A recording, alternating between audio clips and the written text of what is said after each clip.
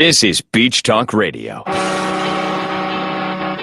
Good morning, Mr. and Mrs. America, and all ships at sea. This is your captain speaking, Mean Gene. Mean Gene. The following will be a test of the ship's whistle, the sonar alarm, the cable alarm, and the atomic attack alarm. Hello, America, and welcome to the #1 radio station in all of Fort Myers Beach.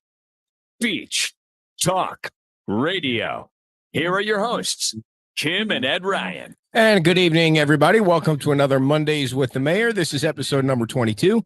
And before we get to Mayor Allers, wanted to give everybody an update on the race for Saturday, which is now 5 days away. We have 383 registrations so far. All the proceeds from the event will go to benefit FMB Strong, which is at 820 Buttonwood. And that's an official 501c3. And we've been shipping out shirts. You can see from behind, we ship out a bunch of shirts this morning, and I got the boxes ready to go. We ran out of large shirts, so we had to pick up some more today. So Kim went and picked those up. So the large shirts that all the virtual runners will be wearing will ship out in the morning. So hopefully everybody will get their shirt in time to take a picture and send it in on Saturday. The race starts at 8 o'clock. I also wanted to show everybody, I don't know if you can see it with the light there, how cool this medal looks right here. The medal and the strap for the medal. There's first, second, and third place in every age category for the 5K, from teens up until like 90 years old. We have folks that are registered in their 70s and their 80s, a couple that I think are over 90. So that'll be cool. The race starts at 8 o'clock, and remember, nobody on the beach, especially anybody with a light, until we get the okay from Turtle Time on Saturday morning. And registration will be in Times Square starting at around 6:30 to 6:45, and then the race starts at 8 o'clock. So looking forward to that. And donating the medal ceremony will be 9:30. The race is at 8. The medal ceremony will be at 9:30. And then the check presentation will be at 10 o'clock. Everything's going to take place right there in Times Square. And we also have a volunteer meeting. It's not required that you come, but if you're around Times Square Friday at 4 o'clock, we are going to have volunteer shirts and just kind of go over some of the things that we're looking for help on. And if you can't make it, then just look for us on Saturday morning, and we'll pass out an assignment. Did want to thank the town for their help. They're going to help us with a buggy to get the cones set up after we get the sign off from Turtle Time, and the fire department's going to have an ambulance on hand. So it should be a pretty big event on Saturday in Times Square. Big Mama, who used to work for B103, is going to be our DJ. And again, we look forward to seeing everybody on Saturday. Before we get to Dan, the show tonight is sponsored in part by the Landau Law Group. Was your Hurricane Ian insurance claim denied, delayed, or underpaid? This is important, folks, because if you're getting the runaround from your insurance company, they're not operating in good faith, and you might need to call an attorney, and we want you to call the Landau Law Group. You saw them on the show a few weeks ago. Their phone number is 866-703-4878. 866-703-4878. Matt, Eric, and Paul over at Landau have been helping folks with insurance claims in the community and in communities throughout Florida for over 30 years. So now is the time to get the help that you need. 866-703-4878. Dan, welcome to the show. How was your weekend? It was all right. You have a mayor category for those medals? That'd be the only shot I got to get one of those shiny things. They did such a nice job. They got the pier. We have the pier here, the water, and he put some birds in the sky here, and on the back is going to be where we have first, second, and third place. So nice. it's a really, and the pier is also the picture that's on the strap that goes around folks' necks. So we definitely found the right company for the medals. There's no doubt about it. Yeah, those look really nice. No, we had a good weekend. We were actually able to spend a couple hours out on the boat finally. We were able to get in the water a few days ago, and we took it out for its first after Ian ride. So a couple hours, everything went well. So that's one less thing to worry about. How does the water look to you when you're out there on the boat? Can you still see debris, or is it harder and harder to see?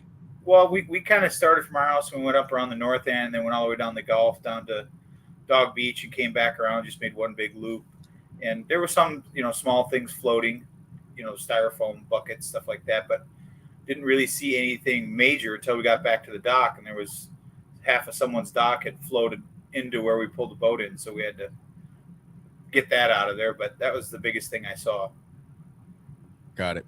Folks, if you have any questions for the mayor, you can type them in the chat box, and we'll put them on the screen and have you have the mayor address your question, which is really why we're doing the show. We want to do the show so that you can, communicate directly with the mayor. And if you have any questions, he's right here for you to ask them, and he'll answer them to the best of his ability, and usually gets back to us if he doesn't have the answer right in front of him. So I ran into the new town manager, Andy, at the Walmart yesterday. We just happened to be at the Walmart off the beach at the same time, so I saw him over there.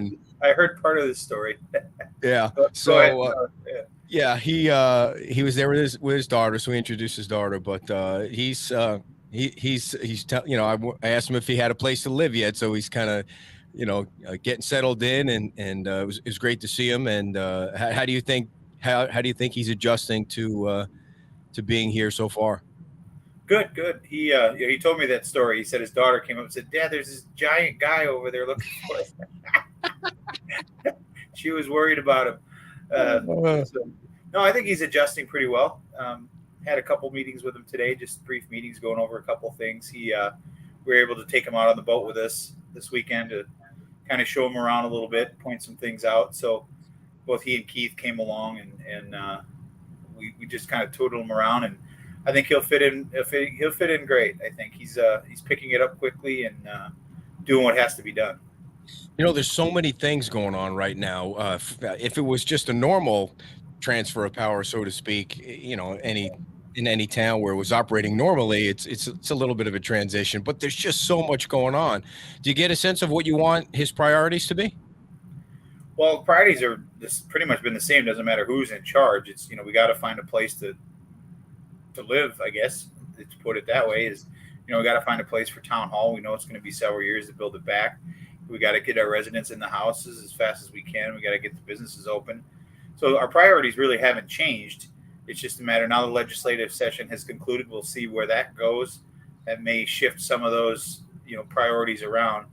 But as everyone knows, we lost everything. So everything's kind of a priority. It's just a matter of getting people in their houses as fast as we can is a top priority for me, as well as I believe the other council members. And sure. Close second is finding a place to operate so people actually have a place to come in. We are operating okay where we're at now, but our lease comes up in November, so we got to have a plan in place to be able to either move those trailers so that's a big thing we're working on now. So now that the legislative session has ended, what is the process? They didn't really approve all the money that you asked for. So how does that continue on? Like you just have to keep lobbying people up there, even though they're not meeting anymore. How does that work? I know you need some more money. They did it a little bit differently this year. They didn't just take each appropriation request and either approve it or deny it. They kind of lumped it all into the $350 million that will be distributed through FDM, Kevin Guthrie's office. The plan isn't in place yet, or how you apply for that money isn't in place yet. But they took into consideration not just our appropriation request, but everyone's around the state that was affected by the storm and both storms, and they'll appropriate it based on need. I think what I've heard so far is, they're going to look through prioritizing what they don't want to. You hear it a lot. You don't want to duplicate funding sources. So if your insurance is going to pay for it or FEMA is going to pay for it, they don't want to give you money for something that something else is going to pay for. So that's part of, I'm guessing, the equation. But we haven't gotten any distinct answers as to exactly how you're going to ask for that money and how you're going to get it. But I was told yesterday that everything that we had asked for was considered and put into that pot of money. So we'll obviously ask for everything that we need and get as much as we can. So is that asking for money from the state going to be different than asking for money from Lee County with this Resilient Lee thing? There's so many different pots of money to go after with different rules and different things that you have to follow if you want to get it and not have to give it back. Are these all going to be lumped together at some point?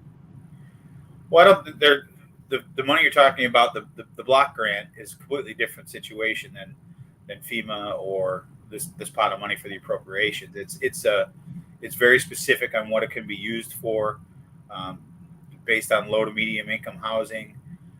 Bill Veach probably has more information about it than I do at this point, because he's been the one that has took over my spot to be on the task force. But trying to keep up with as best I can. It's got to flow through the county. The registry sends down what it can be used on, what it can't be used on. Then the county puts together their action plan, and then you go from there. So a lot of the stuff that we need is overlapping with the appropriations requests. But how exactly that can be spent, I guess one of the top things for us would be trying to build the Bay Oaks Center that wasn't there before. That obviously wouldn't get covered under any FEMA dollars. We'd have to either use a loan or, try to use a loan for part of it, or try to pay, because I think that's an integral part of going forward that can be used, and it was going to be used for a facility for people to go to that had no other place to go. And had we had that building in place before the storm came, I think we might have been able to save some of those lives, or at least give a place. Not everybody has a place to go. So, if we would have had that 14,000 square foot recreation center that was being designed to be a shelter for people that had no other place to go, I think we might have been able to save some lives. Interesting. So that's one I think that, I'd like to try to go heavily after the block grant for. Obviously, Times Square. The managers had a meeting with the county staff today. Apparently, the map that we were planning on using, the 2010 to 2005 or 2010 to 2015 map, census map, will not be used. They're going to go with the 2022 census map, which basically eliminates all the low medium income availability for the town of Fort Myers Beach. So that's I'm not. I honestly, I don't know what we're going to get. We'll have to, we're going to keep talking with the county and Wait, so Dan, I think you might need to explain a little bit more about what you're talking about. Like that block grant, it's what I believe you're talking about. 70% of that block grant that Kevin Wayne's committee is going to distribute, 70% of that has to go to low or median income housing. And it sounds like what you just said was the county is using a new census where they're basically wipes out any such thing on Fort Myers Beach. Is that accurate? What I just said? Essentially what I was told today. Yeah, it was at the very end of the day. I had to leave to come and do this, but essentially, yes, the maps that will be used now, the census maps, would eliminate what we had talked about before, that big swath of area that was within the low to medium income, because there was originally that was on the 2010 to 2015, if I remember correctly, what they told me, the map that we were going off of with what we've been telling everybody. But today we found out that is not the case. So it's going to make it very difficult for us to receive any of that funding. So then why did the county even bother coming to Fort Myers Beach last week and making it seem like there's a chance?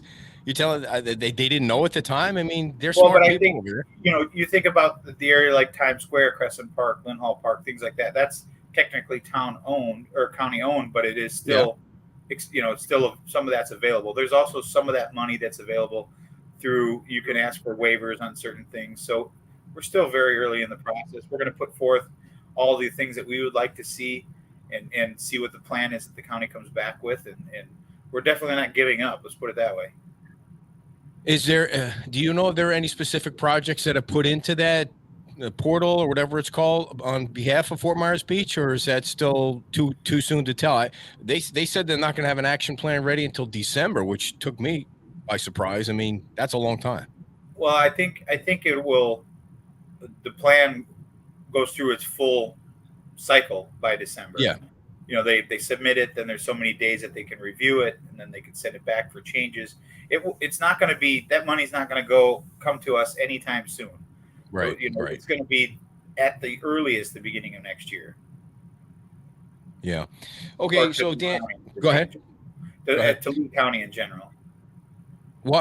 So there's a better chance that some of this money from the state that has been set aside is going to come your way, and you'll be able to use it for projects like Bayside Park or Bay Oaks or whatever you're allowed to use it for, the lighting. The lighting, yeah. I mean, we asked for essentially everything. I think there was $56 million roughly we asked for through appropriations to, rebuild Town Hall, take care of the lighting, our lift stations, the parks are all gone. So all that stuff went into our appropriation requests. And again, they're going to, my understanding is they're going to look at it from FDM standpoint and from the state standpoint of what's being covered under FEMA dollars. They don't want to give money to something that's going to be covered by another source. So we'll see where this all goes. So does Guthrie have that money yet? And is he starting to? No, it's got to go. I think July 1st. It's got to go now to the governor. Okay. He's got to go through the budget and red line things here and red line things there. So it's still got to go through that process. But I think July 1st is when we can start applying for that. Gotcha. Speaking of the lights, have you seen? Has FPL started to install these new amber lights out on Estero Boulevard? Do you know? I haven't seen any out there yet, but okay. I haven't been out at night either. Gotcha. Okay, so Dan, why do you think we haven't seen more construction yet? Or maybe I'm missing it. Is there construction going on the island enough yet to more saws and more hammers and things like that? Or am I just missing it? Well, yeah, there's construction going on. Some of the big projects, the big developments are going to be a year in design. Some of the new homes that are going to go up are going to take, 6 months to a year to design.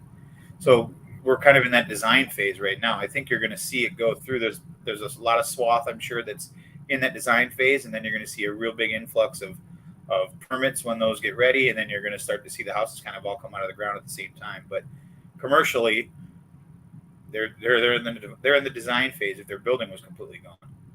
Yeah.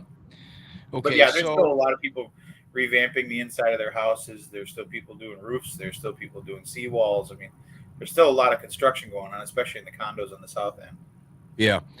So what was your overall impression of the meeting last week? I mean, it was so nice to see so many residents actually, they were there. They showed up. They wanted to hear what was going on. They participated in this online survey that the group did. And so what did you think?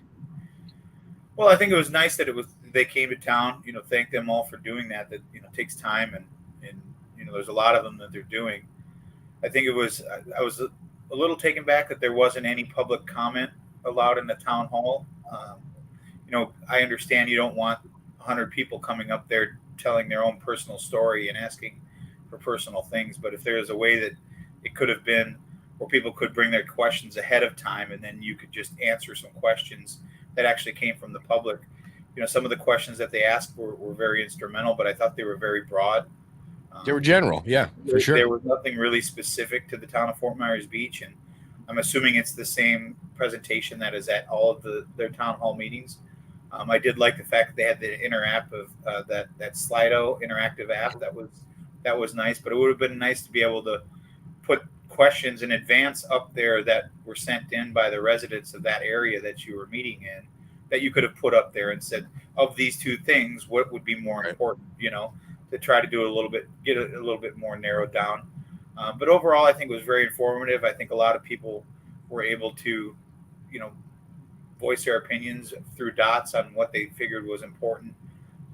They were able to talk one-on-one with Commissioner Wayne and myself and the other council members afterwards to, answer some questions. So I thought overall it was pretty good. I just it would have been a little bit more interactive with the community. Yeah, and it seemed like to me like the obviously number one issue for people in the audience was housing. They want to be back in their homes, and however that can get done with whoever can help them. They just want to get back in a home that's on their piece of property or their home or whatever, that they get out of a camper or whatever, wherever they're living, and get back in their home. That was the impression I got. Yeah, I mean, people are tired of camping. Camping is fun, but after 8 months, it gets pretty old, or people that aren't even on the island, they're off island somewhere, and they just want to get back to their house, like you said. And whatever means necessary to get there, whatever's going to get them the fastest is what they want to do. So, this block grant's going to be a while. That's not going to be your direct source for a while, even if you are able to get any of it. Gotcha. So I think they have more town hall meetings before they take the next step. There's a bunch of other communities they're going to go to before they put all that information together, and then they come up with some kind of plan or what the priorities are, and then they come back for more public comment. I don't know if that means they're coming back to Fort Myers Beach, but there'll be a chance for more public comment, and then somewhere around December they're going to have an action plan. Yeah, well, and this is, it's important to note that this task force was put in place specifically for this reason. That their task was to go out, find projects that need to be fixed and taken care of, and then find funding solutions for it. So this block grant is one of those funding solutions for a magnitude of projects. So this isn't just the one thing that this task force is focused on. It's focused on many projects and many revenue streams to try to figure out how to pay for some of this stuff. On the Bay Oaks project, has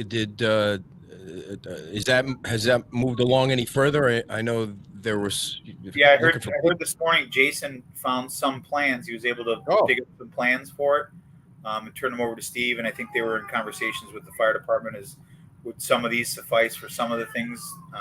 But it's still moving forward. The RMP is working on the architecturals that are needed and the things that are the drawings basically that they need for the fire department to proceed with their review of the application.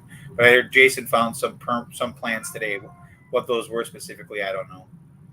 Do you still feel pretty good that the building will be ready for the school's next school session to begin, so that they have that ready? And well, I don't know it'll be ready by the opening day of school, but we're shooting for the same time frame that the school board is getting the kids back in school, and that's the fall. The fall of this year. Yeah. But our goal is to get it done by the first day of school, but depending on how the drawings go and how the construction goes, in this day and age with construction, everything, you could put together a perfect scenario and there's something that always goes wrong. Yeah. Yeah. So have you had a chance to read the interlocal agreement that they're going to consider tomorrow night at the school board meeting? And are you happy with it? I was going to read that tonight. I got it from John, I think earlier today or yesterday. So I'm going to read through it. My understanding and talking to John, though, is they seem to come to a consensus. There was an issue with when does the clock start? Right. So it sounds like that has gotten worked out. But I'm going to read it tonight after we're done here. So I don't know that I'll be able to make the meeting tomorrow, but something tells me there'll be plenty of people out there to show force for us. Yeah, and when the mayor says John, he's John Koss, not John King. So just everybody knows that.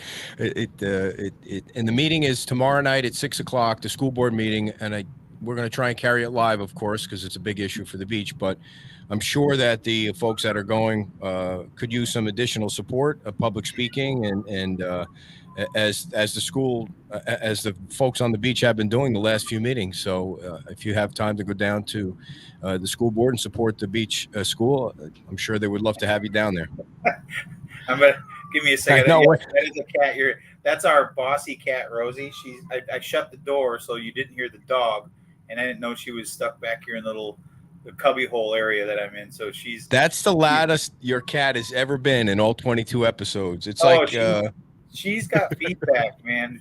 She's tired of camping too. So give me just a quick second. I'm gonna just open the door for her. Shelly says, "Feed your kitty." I mean, it's clear everybody can hear that. So, yep. She just had to go face to face with Rudy or with Foley. So yeah, they have a love-hate relationship. So the other thing that I was reading, Congressman Donalds put out his weekly recap or monthly recap today, and he mentioned that the FEMA trailers go away in August. Is that the way you understand it too? If somebody on the beach has a FEMA trailer, they're getting ready to lose it in August. Well, it goes away from the beach. In talking with FEMA, it sounds like they're trying to find other places, obviously, to relocate them to. But yes, they will have to leave the beach. They're also working on a program for people to purchase the trailers if they want to purchase it. Then they could obviously keep them on the beach if they want. That program hasn't rolled out yet. I was told I was going to hear something in the next week or so.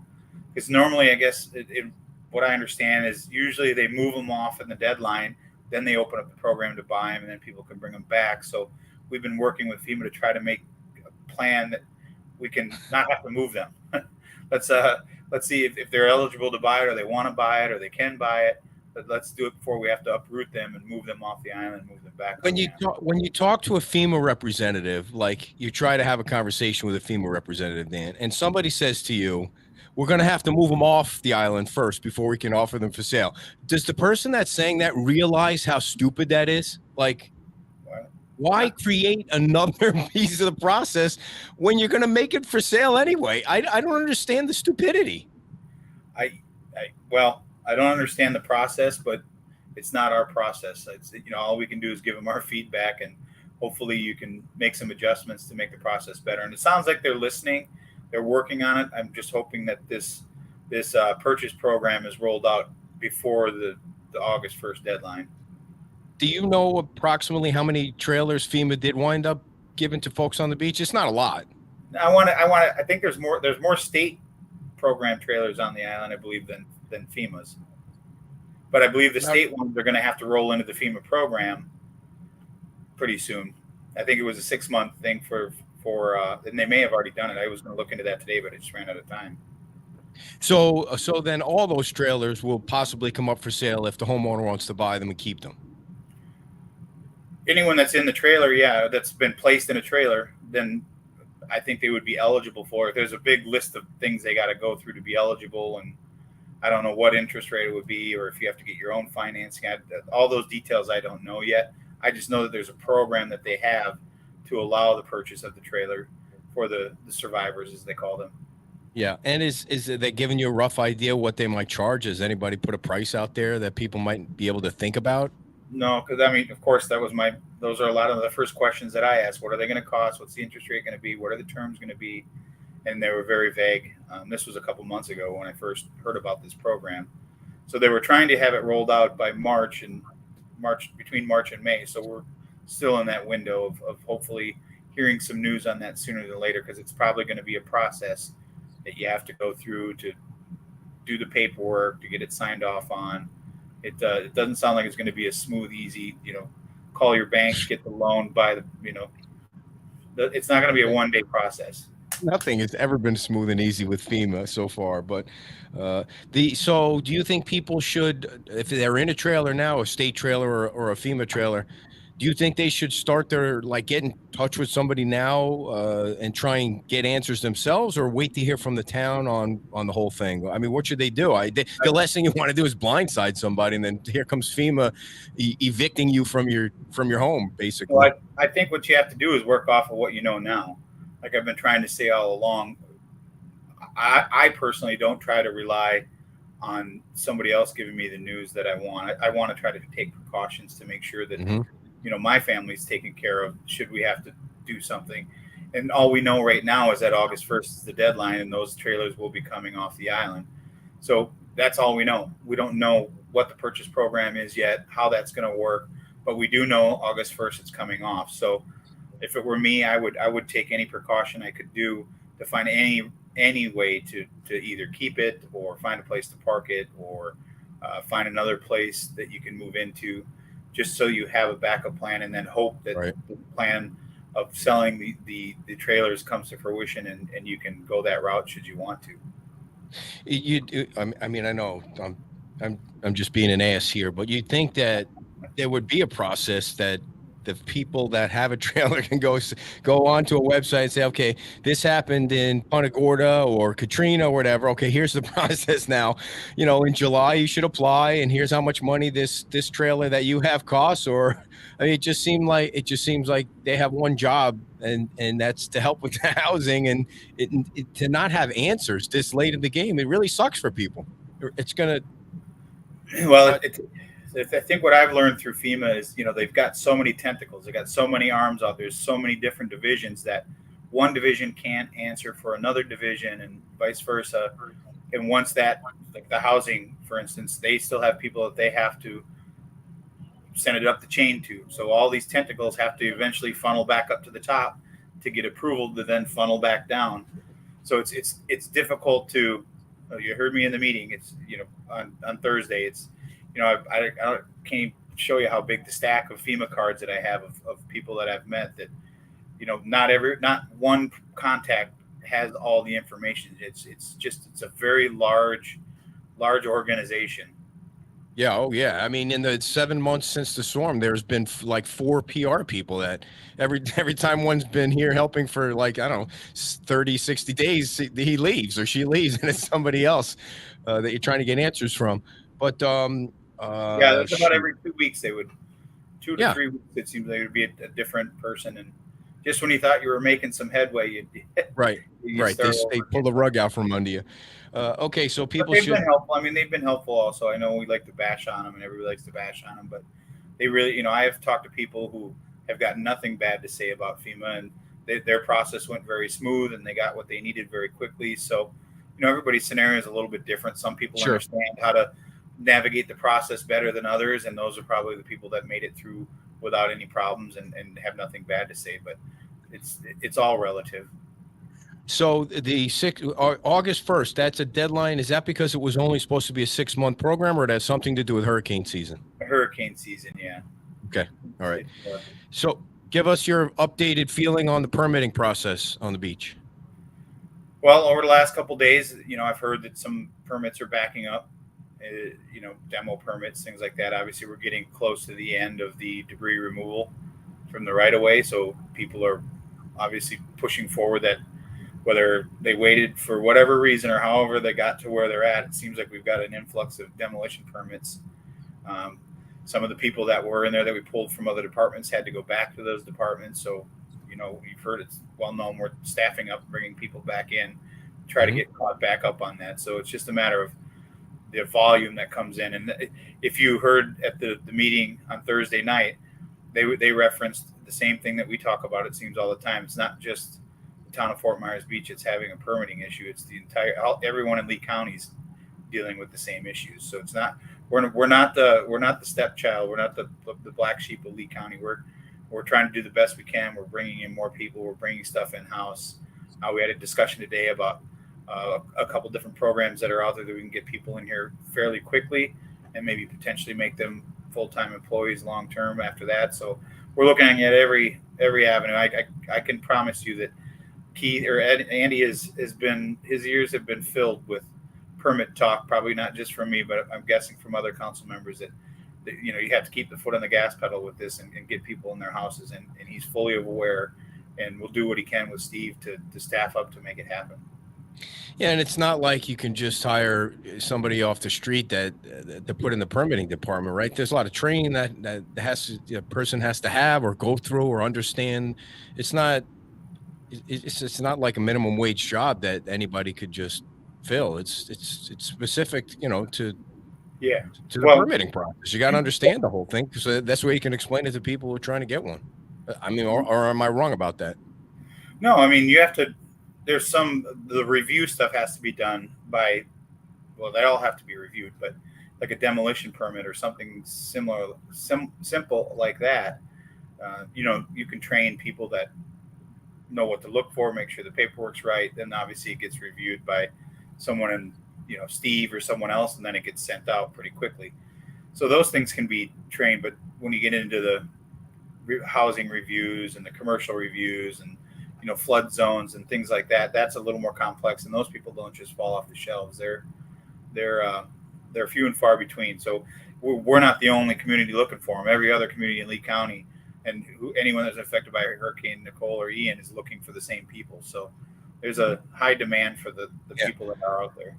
So I was in Times Square yesterday. We were meeting with some of the volunteers to set up the race, and there's this big giant pile of debris like next to La Ola, and it's been there for a little while now. And of course there's debris still everywhere, but that one caught my eye because it was like, okay, why is that pile of debris still there when other piles were taken away or knocked down? And what's going to happen to that pile?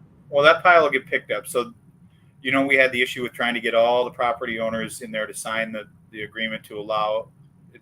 Well, that debris until recently wasn't pushed to the right of way, which is where it's at now. So now that it's technically on the right of way, our guys can go in and pick it up. It was on my radar Tom from Loyola reached out to me about it too. And I asked about it once, and I'm going to follow up on it again because I know it's still there. Gotcha. But the debris trucks could go in there and pick it up because it's on the right of way now. And it's town property, and the town side streets are still being picked up, and so that somehow falls into that category, I guess. And Tom was telling me that Chris owns the elevator shaft on his property there where La Ola used to be, and they're getting ready to nice that thing up and paint it up and put a fresh coat of paint on that elevator shaft right there in Times Square, which would be nice. I mean, every little bit helps. Yeah, I mean, it certainly doesn't. The last time I was up there, I noticed a big piece of rebar sticking out. Oh, yeah.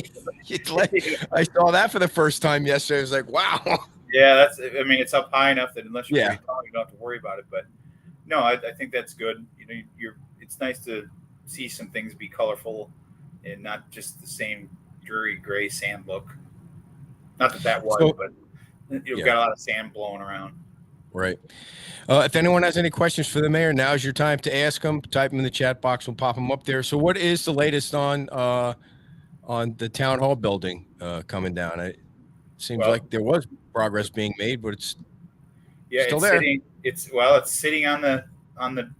I spoke with someone at FEMA today, and I spoke with someone at DEM today. Everything in the DEM stateside permit, all that stuff is ready to go. We're just waiting for the sign off from the desks that it's on at FEMA for the 50% rule, the calculations. I was told today that they're going to review that tomorrow. It was stuck in purgatory somewhere, it sounds like. So they're going to review that tomorrow and get back to me. But I will stay on because just like everyone else, we're running out of time to have that hauled away under the state's contract. So we'll be on them every single day until it gets done. But that's where we're at. We're waiting on the last signature on the CRC desk, I think it's called.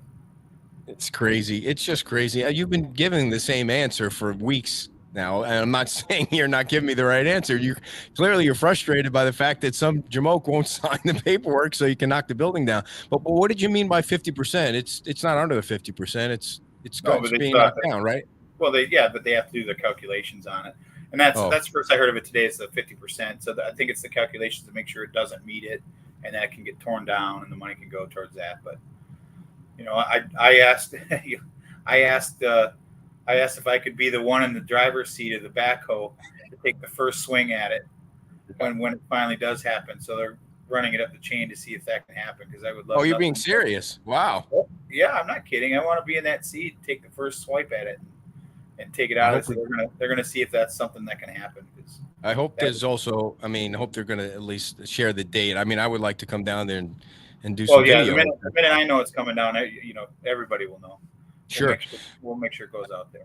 I'll pop this one up here, and just in case you and Ray Sandelli have had a conversation, but when there's no specific date. All that. I'm sure a lot of that's they're gonna try to run through the block grant. That it's gonna have to be a unified thing with the town. We've said this hundreds of times. The town, the county, and the business owners are all gonna have to kind of unite there to pick out the vision of what that's going to be, and that's going to take some planning. But the planning process is starting. We're starting to get people involved that can start laying out just a little bit of an idea of what it could look like. Yeah, Christine, I don't know if the county has even made that determination yet. If those bathrooms, it's just one of the sad things about the Lynn Hall Park bathrooms is that the county just redid them. They just put a bunch of money into those bathrooms a few months before the storm. They just reopened. So, Dan, just from eyeing it, do you think it's savable or that it would have to come down?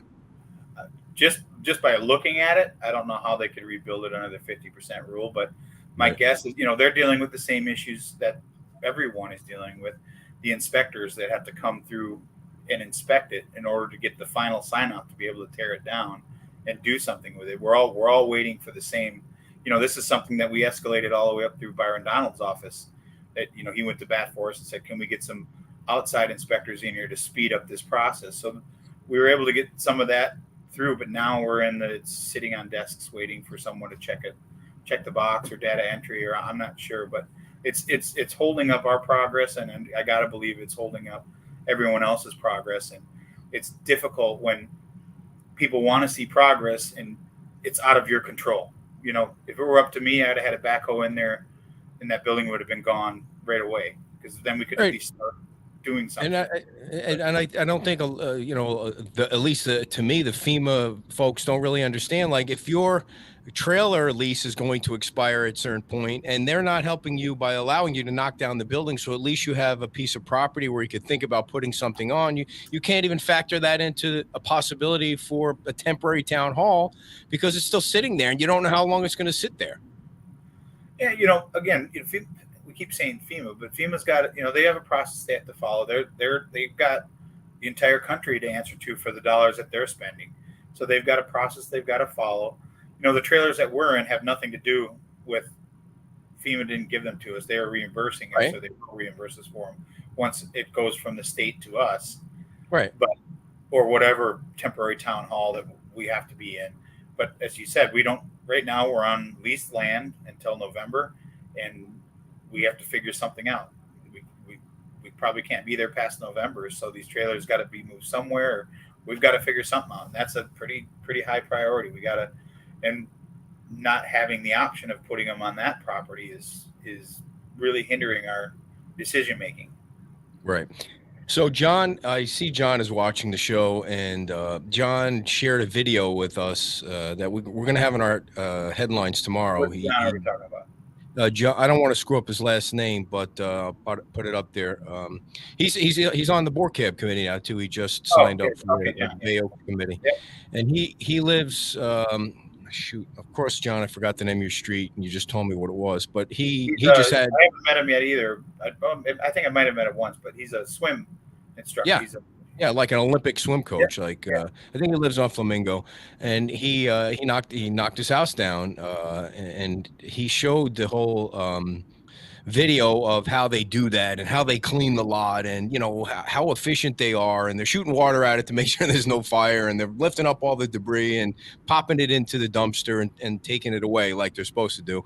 And you just it's a 3-minute video because I think he time lapsed it a little bit, but it really is, of course, in one sense, it's horrible because you have to knock down your dream house that have been passed down in your family.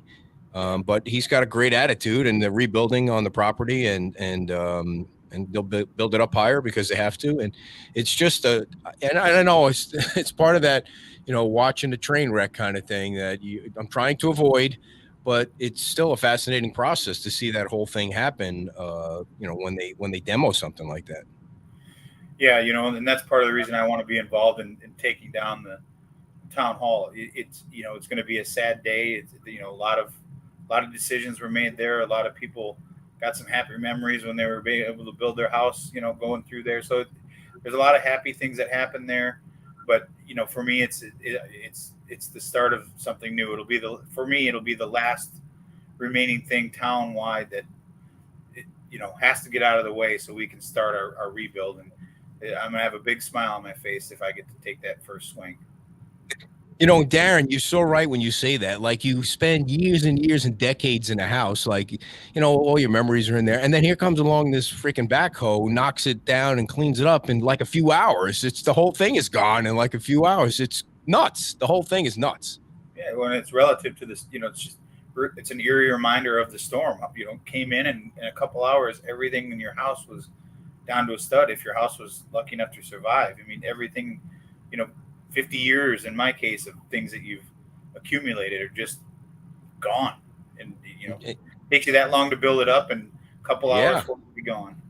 And John's comment right there it just says it all. The first 2 scoops hurt. Then it was like a 10-year-old watching the excavator. But, and there's still houses that have to come down at some point, and the process will continue for a while.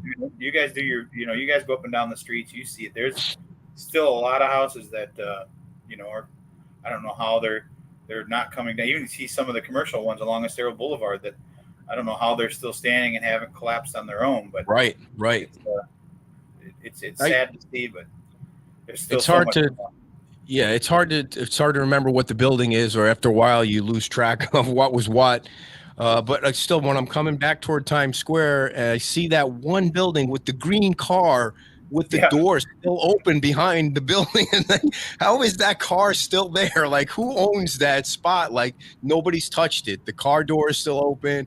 Part of the building is leaning on the car. I don't even know what the building was. Well, there was a tattoo parlor in there. Okay.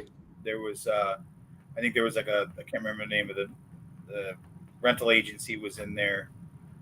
It was a couple of things. There was an iPad or an iPhone repair place in there at one time. It's been a lot of things. That's the one that had the nice little deck out front. It was cool. And there was upstairs. There was like a little living area. It looked like it was upstairs. So, but yeah, I mean, every day I go by it, I could see the 2x4 bending more and more and more. And I thought that's one break away from coming down. It's the other one that I just can't get out of my head is the Shamrock, just sitting sideways on Estero Boulevard with the bus behind it and untouched since the storm. Well, I mean, we keep pushing to try to find out if some of these are in the EN debris cleanup, process. Hopefully, those are the reason why those are still standing, but I don't know that yet for sure. But they're going to come down eventually, one way or another. Yeah. I actually saw the one you're talking about this weekend. I actually saw 2 kids in that building. What building? Just jump up in there and run through it. In the Shamrock building? No, the one with the green car across from the goods there. And I think that's not safe. I think the goods is in the EN debris cleanup queue as well. Yeah, and he's open now across the street at where the Sea Gypsy is, and it's nice to see that. He's got the big ice machine out front, so at least people can get some of the stuff that they need. And there was also a lot of activity I heard today at the Publix. So hopefully that date that people have been rumored to hear, the 25th, is actually going to happen, because that would be great for the people Well, and I get on the island. Shirt then, right? I win a shirt. I mean, that's the date. I'd have to go back and look. Yeah, I'm going to be giving away a lot of shirts. So did we miss anything that you want to make sure that people know about? No, I think we pretty much have it covered. I think we got it all covered. I don't have anything left in my notes that we didn't really touch on that I don't have a lot of definitive answers on yet. So we're moving along. All right, man. Thanks a lot for your time, and we'll talk to you in a week. Hopefully I'll see you on Saturday. Yes, sir, you will. All right. Dan Allers, everybody, the mayor. And before we go, I want to tell you a couple of things, and also just to run down a few things about the race on Saturday, but also to let you know that Power Block Builders is one of our sponsors, and you may want to consider Power Block if you're rebuilding. They have over 500 to 600 structural shells for tract home builders, and they're also a custom home builder in Cape Coral. They have a model in Northeast Cape that they're now doing open houses with. And if you're considering a house on Fort Myers Beach, consider all your options and give Power Block Builders a call or check them out online. Not only do they build new homes, a certified building contractor, they're also a certified roofing contractor with the state of Florida. And the Power Block Builder guys were born and raised in South Florida. They graduated high school in Naples and moved to Lee County back in 2008. So Power Block Builders online, you can check them out there. Check out some of their model homes and think about giving them a call if you're building a home on Fort Myers Beach. And finally, Mike Bannock, if you're still looking at demolition, if you're still looking at debris removal, if you're still looking at interior demo, we want you to give Mike a call. He's been on the island since the few days after the storm, and you can give him a call at 352-636-3719. That's 352-636-3719. He'll give you a quote first, and then if you need his help, he'll be there for you. He's very reliable and trustworthy, and that's the kind of those are the kind of folks that we want you guys to reach out to, people that you can trust. We don't want anybody to get screwed in any of the work they're doing, from the demo to the building, anything like that. So all of our sponsors on our Beach Talk Radio News website are folks that you can trust. Reach out to them first before you call somebody else. That's all we ask, is you give them a chance. So this Saturday, so everybody knows, there's going to be plenty of parking. Lynn Hall Park is a free parking lot. Terry Prasad is charging $20 for the day. He is going to donate some of his proceeds to FMB Strong. Norm's Beach parking lot is going to be $15. There's a parking lot across from the SOB that's $10 for the entire day. And if that parking lot attendant isn't there, you just leave a note that you're going to pay after the race. There's a parking lot behind Wahoo Willie's. They're going to open early for us, $10 for the day. You can enjoy the day on Fort Myers Beach after the race. There's a free parking lot on the other side of the bridge, a county-owned parking lot on the other side of the bridge. There's parking up and down Old San Carlos for $2 an hour with no time limit. The Waste and Away parking lot, I believe, is $5 an hour. It's still within walking distance. What you don't want is a ticket. You don't want to park somewhere just because you see an empty open space, or you see some place where it used to be a house. It's probably private property. So find a lot that charges for the day and use that parking lot. There's parking underneath the bridge, underneath the Matanzas Pass Bridge, that the town owns those parking spaces. So there's really plenty of parking. The registration is going to start as soon as it gets light out, and that's around 6:30 or 6:45. It's simple registration. All you're going to be doing is picking up your T-shirt and your bib. The bibs are disposable. Once you run the race, you cross the finish line, you can throw the bib out. There's going to be 2 water stations on the beach, one provided by the Pink Shell, which is going to be down by the resort, and one's going to be at the 1 mile mark by Fifth Third Bank. So there's going to be plenty of water. There's going to be plenty of water and Gatorade and free snacks after the race in Times Square that folks have donated. So make sure you stay hydrated. It is Florida. It's going to be hot. And we want everybody to be safe. We want everybody to have fun and realize it's a charity run. And we're donating the proceeds to FMB Strong. And so the race starts at 8 o'clock. And the start line is going to be the start and the finish line are going to be right by where the poinsettia tree usually is. And met with our racing company, and they have a big blow up. We're going to announce the names as much as we can coming across the finish line. And there's going to be vendors set up all up and down Times Square that are nonprofit vendors, and some other folks that are sponsors of the event. And we just want everybody to have a great time and bring some money. Go to La Ola, go to Wahoo Willie's, go to Rude Shrimp, spend some money at all the different places, and then come back for the award ceremony, which will be at 9:30. And then the check presentation will be at 10 o'clock. So we're looking forward to that on Saturday. See you all down there. And wear your yellow shirt if you can, because we're going to take a Guinness Book of World Records picture of everybody in their yellow shirts. Look, the race shirts are yellow, and the medals are super awesome. So hopefully you'll all win medals, first, second, or third place. I think the most competitive category so far is females 50 to 55. I think there was like over 30 registrations, just that age category in the 50 to 55. And they break down every 5 years. So good luck to everybody running the race on Saturday. We'll see you out in Times Square on Saturday morning. Thank you all for tuning in. Thanks to the mayor. Have a great night, everybody. Bye.